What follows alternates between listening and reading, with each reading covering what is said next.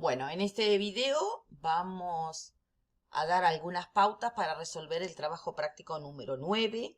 Seguimos con los contenidos correspondientes a la teoría de la elección, a cómo deciden los consumidores, contenidos que teóricamente están en la nota de cátedra número 4. Acuérdense que estamos en la nota de cátedra entonces 4, en la unidad temática del programa 4, ¿no? Teoría de la elección o cómo toman las decisiones los consumidores.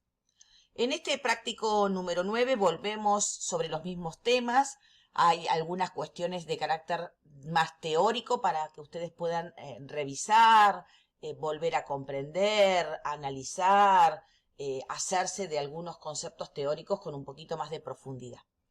Seguimos en el enfoque entonces, en este caso, ordinal. Si nosotros recordamos, se acuerdan que había un enfoque ordinal y un enfoque de carácter cardinal, y que el consumidor siempre busca maximizar su satisfacción, ¿no? Es decir, lograr ese sentimiento subjetivo de placer lo máximo posible. Y que había dos enfoques, el enfoque cardinal y el enfoque ordinal, y nosotros en este caso estamos concentrados. Seguimos ahora profundizando un poquito más el enfoque ordinal. ¿Se acuerdan que en el cardinal, utilidad total, utilidad marginal, la ley de las utilidades marginales decrecientes, la regla de las utilidades marginales ponderadas por peso iguales para todos los bienes? Todo eso era cardinal, que básicamente son contenidos que están en la primera parte, en realidad en el punto 1, 2 y 3 del trabajo práctico número 8. Acá nos centramos básicamente y fuertemente en algunos contenidos o profundizamos algunos contenidos del enfoque ordinal. Entonces, si vamos al práctico, lo primero que me piden en el práctico número 8 es que definamos qué es una curva de indiferencia, ¿sí? Es decir, qué es la curva o qué es una curva de indiferencia. ¿Se acuerdan que decíamos una curva de indiferencia muestra las distintas combinaciones de al menos dos bienes que le reportan, que le dan al consumidor el mismo nivel de satisfacción? Es decir, si nosotros recordamos, vamos a ver, bueno, por ahí tenía la curva de indiferencia. La curva de indiferencia muestra al menos, como dice la teoría, combinaciones de al menos dos bienes que le generan al consumidor el mismo nivel de satisfacción. Por eso se llama indiferencia. El consumidor le da lo mismo una combinación que la otra. Y básicamente, ¿por qué me da lo mismo? Porque todas esas combinaciones, todas esas bolsas, todas esas canastas, todas esas cestas de bienes le generan el mismo nivel de satisfacción. Para poder armar las curvas de indiferencia de un consumidor, nosotros seguimos ciertos supuestos de comportamiento. Es decir, suponemos que el consumidor se comporta de determinada manera, es decir, tiene cierta racionalidad. Y esos supuestos del consumidor, contenidos todos desde la definición de una curva de indiferencia hasta estas cuestiones de los supuestos, recuerden que lo tienen en la nota de cátedra. Entonces, esos supuestos del consumidor son estos que tenemos acá. Entonces, para poder armar esas tablas de indiferencia o esas curvas de indiferencia, suponemos que el consumidor tiene cierto comportamiento, cierto tipo de comportamiento. Vamos a suponer que este individuo tiene integridad o completitud, es decir, que este consumidor tiene capacidad para poder ordenar sus preferencias. Es decir, como yo les decía en la teoría, si yo les digo entre cómo puedo ordenar mis preferencias entre mi cuadernillo de notas de cátedra, el aparatito que yo uso para avanzar las transparencias del PowerPoint y, no sé, el celular, puedo ordenar las preferencias. Cuando yo estoy en el aula magna, yo diría que pondría en primer lugar el aparatito que me permite avanzar las diapositivas, en segundo lugar quizás el cuadernillo y en tercer lugar el celular. O podría decir que las tres cosas me generan la misma satisfacción. Pero lo que supone la teoría, este que está acá, es que nosotros sabemos ordenar las preferencias. No somos indecisos, ¿sí? Sabemos ordenar las preferencias. El segundo supuesto es de transitividad o consistencia, es decir, somos seres racionales, no solamente que ante cualquier combinación de bienes sabemos decir si me da lo mismo, si las prefiero o si no lo prefiero, que era el primer supuesto, integridad o completitud. El segundo supuesto es la transitividad o consistencia. Si yo digo, vamos a suponer que a una combinación A me parece mejor que una combinación B y que esa combinación B me parece más interesante, me genera más satisfacción que una combinación de carácter C, ¿qué es lo que voy a tener que decir como individuo racional? ¿No? Lo que sabemos como propiedad transitiva. Que A es mejor para mí que C. Porque si yo llegara a decir al final de esa secuencia que al final me parece mejor C que A, sería un individuo que no sabría elegir, que no cumplo con el supuesto de consistencia, no soy consistente en mis elecciones.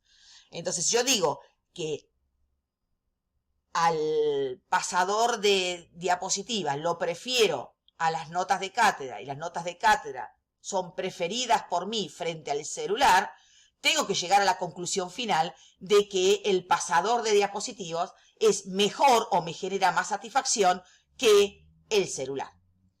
Y el otro supuesto de los consumidores es la insaciabilidad, de que siempre para un consumidor siempre prefiere más a menos. Es decir, si yo doy a elegir entre dos combinaciones en donde en una de esas bolsas, de esas cestas, de esa canasta de consumo hay más de un bien, al menos más de un bien, esa combinación va a ser preferida a las otras. Es decir, siempre un consumidor es insaciable, siempre le genera más satisfacción tener más de un bien que una cantidad menor. Entonces, eso está también en la nota de cátedra, pueden revisarlo ahí en la nota de cátedra. Número 4 está la cuestión de los distintos supuestos sobre los cuales se basa la teoría del consumidor. La otra pregunta que me hacen como pregunta 3, ¿se acuerdan que las curvas de indiferencia tienen determinadas características? Vamos a pasar un poquito más abajo esto, así no queda mezclado acá. Entonces me dice, ¿por qué las curvas de indiferencia tienen ciertas características y no pueden tener las formas que están acá en este punto 3 del trabajo práctico número 9? Es decir, las curvas de indiferencia, nosotros sabemos que tienen ciertas características. Las curvas de indiferencia son convexas respecto al origen, no son cóncavas respecto al origen, es decir, son convexas, ahora vamos a ver. Son decrecientes, es decir, no pueden ser crecientes, no se cortan entre sí y son infinitas en el espacio de combinación de los bienes. Entonces, básicamente, en este trabajo práctico, en este punto, me preguntan por qué entonces no pueden ser, acá está por el absurdo o por la negativa, es decir, ¿por qué no pueden ser cóncavas respecto al origen? Sino que tienen que ser convexas respecto al origen. ¿Por qué tienen que ser decrecientes y no pueden ser crecientes? ¿Y por qué no se pueden cruzar entre sí? Ahí también lo tenemos explicado en la nota de cátedra. Acá lo importante no es repetir lo que está en la nota de cátedra, ni volver a hacer el práctico repitiendo lo que está en ese espacio de estudio, sino tratar de comprenderlo. Entonces decíamos, las curvas de indiferencia no pueden ser de esta manera, ¿sí? Es decir, cóncavas con respecto al origen. Algunos dirían la curva de indiferencia tienen que ser convexas respecto al origen. Hay una manera fácil de entender qué es convexidad respecto al origen, es decir, la curva de indiferencia está, su parte mira, o sea, la parte de la curva de indiferencia, las aperturas de las curvas de indiferencia están hacia afuera, porque si fuera cóncava, fíjense, la apertura, es decir, los dos extremos de la curva de indiferencia están hacia adentro, hacia el origen. Entonces, básicamente las curvas de indiferencia tienen que ser convexas respecto al origen, es decir, como tenemos acá la figurita en la parte izquierda de la pantalla. ¿Por qué? Porque siempre, si yo quiero decir que esta combinación, que es la A, me genera igual nivel de satisfacción que esta combinación, que es la B, fíjense que para poder pasar de la combinación A a la combinación B, sacrifiqué, es decir, tengo menos gaseosas e incorporé alfajores. Es decir, la curva de indiferencia siempre, para tener el mismo nivel de satisfacción, si agrego de un bien, tengo que sacrificar del otro. Porque si yo estuviera acá, ¿sí? O sea, son decrecientes, son convexas respecto al origen. Es decir, fíjense que siempre voy a presentar combinaciones de al menos dos bienes. Porque si fueran convexas respecto al cóncavas respecto al origen, en esta combinación A y en esta combinación B, tanto en A como en B, no estoy combinando porque simplemente o voy a tener solo 12 gaseosas en esta combinación A y nada de alfajores en la bolsa, o voy a tener solo alfajores y no voy a tener ninguna gaseosa. Y en una curva de indiferencia se me habla siempre de combinaciones de al menos dos bienes. Y nuevamente decimos que ni en la combinación A ni en la combinación B, en realidad no hay combinación, hay simplemente lo que se llama especialización. O solo gaseosas en A o solo alfajores. Mientras que en una curva de indiferencia que sea convexa respecto al origen, en cualquiera de sus puntos va a haber siempre combinación de esos dos bienes. La otra característica es que las curvas de indiferencia tienen que ser decrecientes.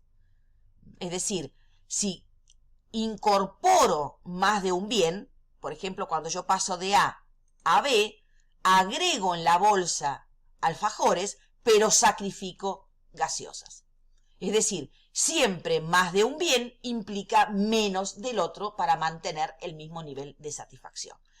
Mientras que si las curvas de indiferencia fueran crecientes, como esta que tenemos acá al lado derecho, vemos que en la combinación A, cuando yo paso de la combinación A a la combinación B, tengo más gaseosas, porque pasé de tener 5 gaseosas a tener 8, y también paso a tener más alfajores. Y eso no puede ser un consumidor racional, no le puede dar lo mismo, ser indiferente ante una bolsa o una canasta de bienes que tenga 5 alfajores, 5 gaseosas y 2 alfajores, a otra bolsa o canasta que tenga 8 gaseosas y 3 alfajores. Es decir, obviamente la B va a ser preferible a la A. O sea, esto no sería una curva de indiferencia. Yo no sería indiferente entre A y B.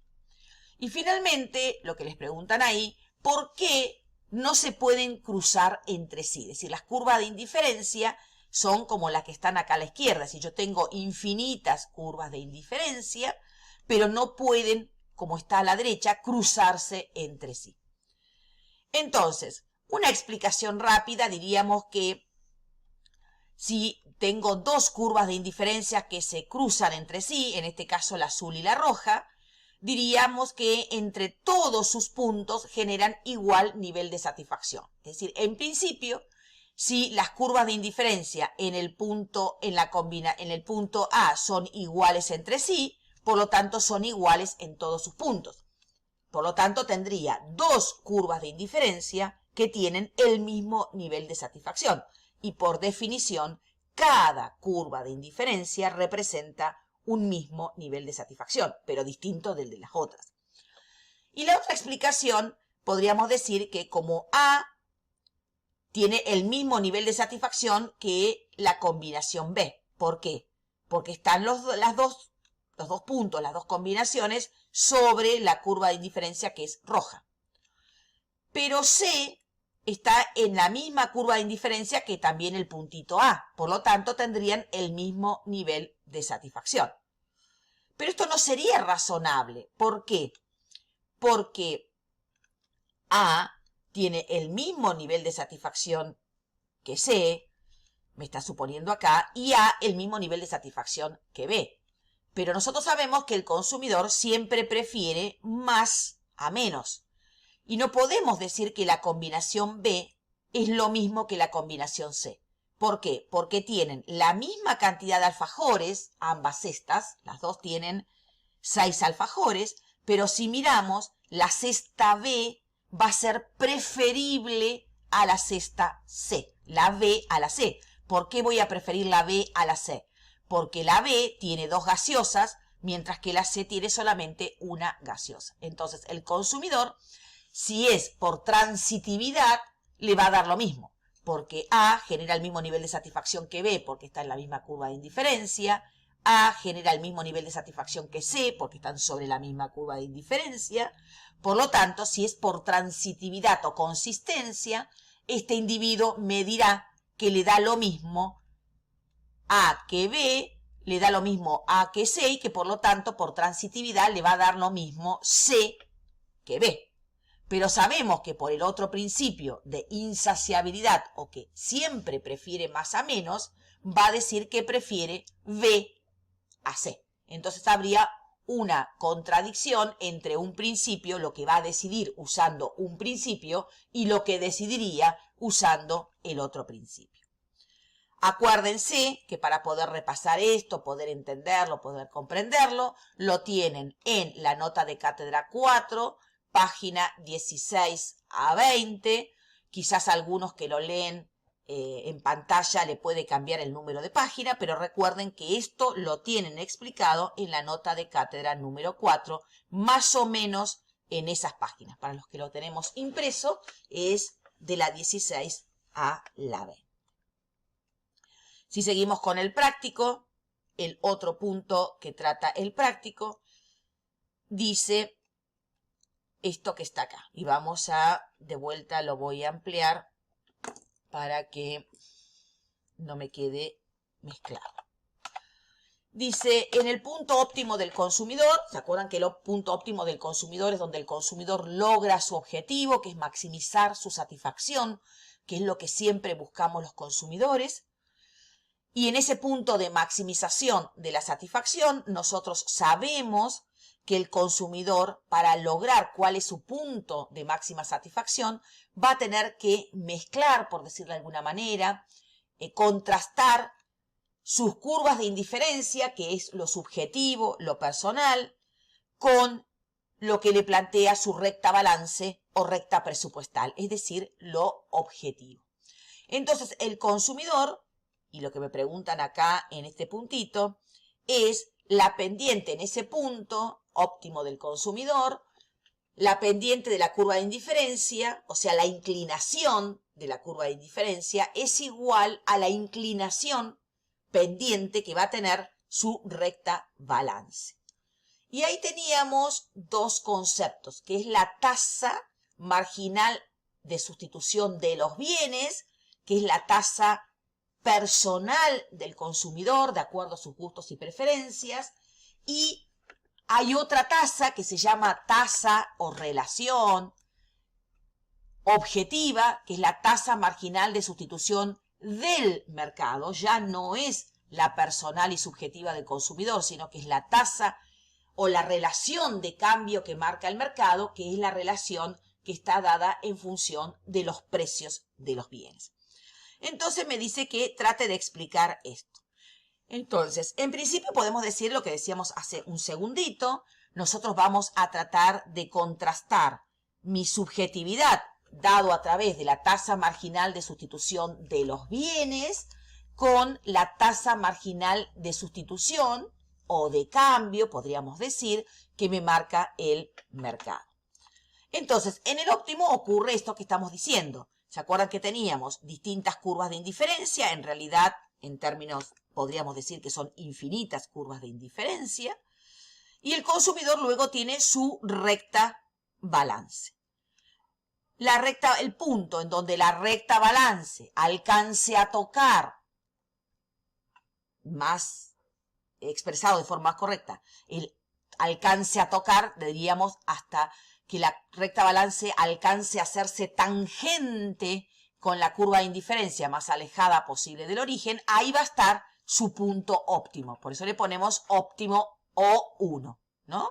Que sería la combinación más alejada posible del origen que yo puedo alcanzar con mi renta dado los precios de los bienes. Fíjense que acá en este grafiquito, el consumidor con su renta alcanza a tocar la curva de indiferencia más alejada a la que puede llegar, es la curva de indiferencia, esa celestita, que sería la primera.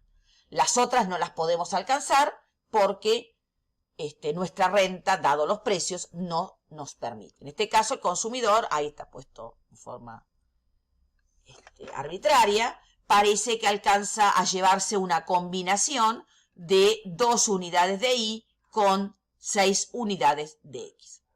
Entonces, en ese punto de tangencia, la inclinación, sería la pendiente que tiene la recta negra, que es la recta balance o recta presupuestal, es igual a la inclinación o pendiente que tiene la celestita, que es la curva de indiferencia.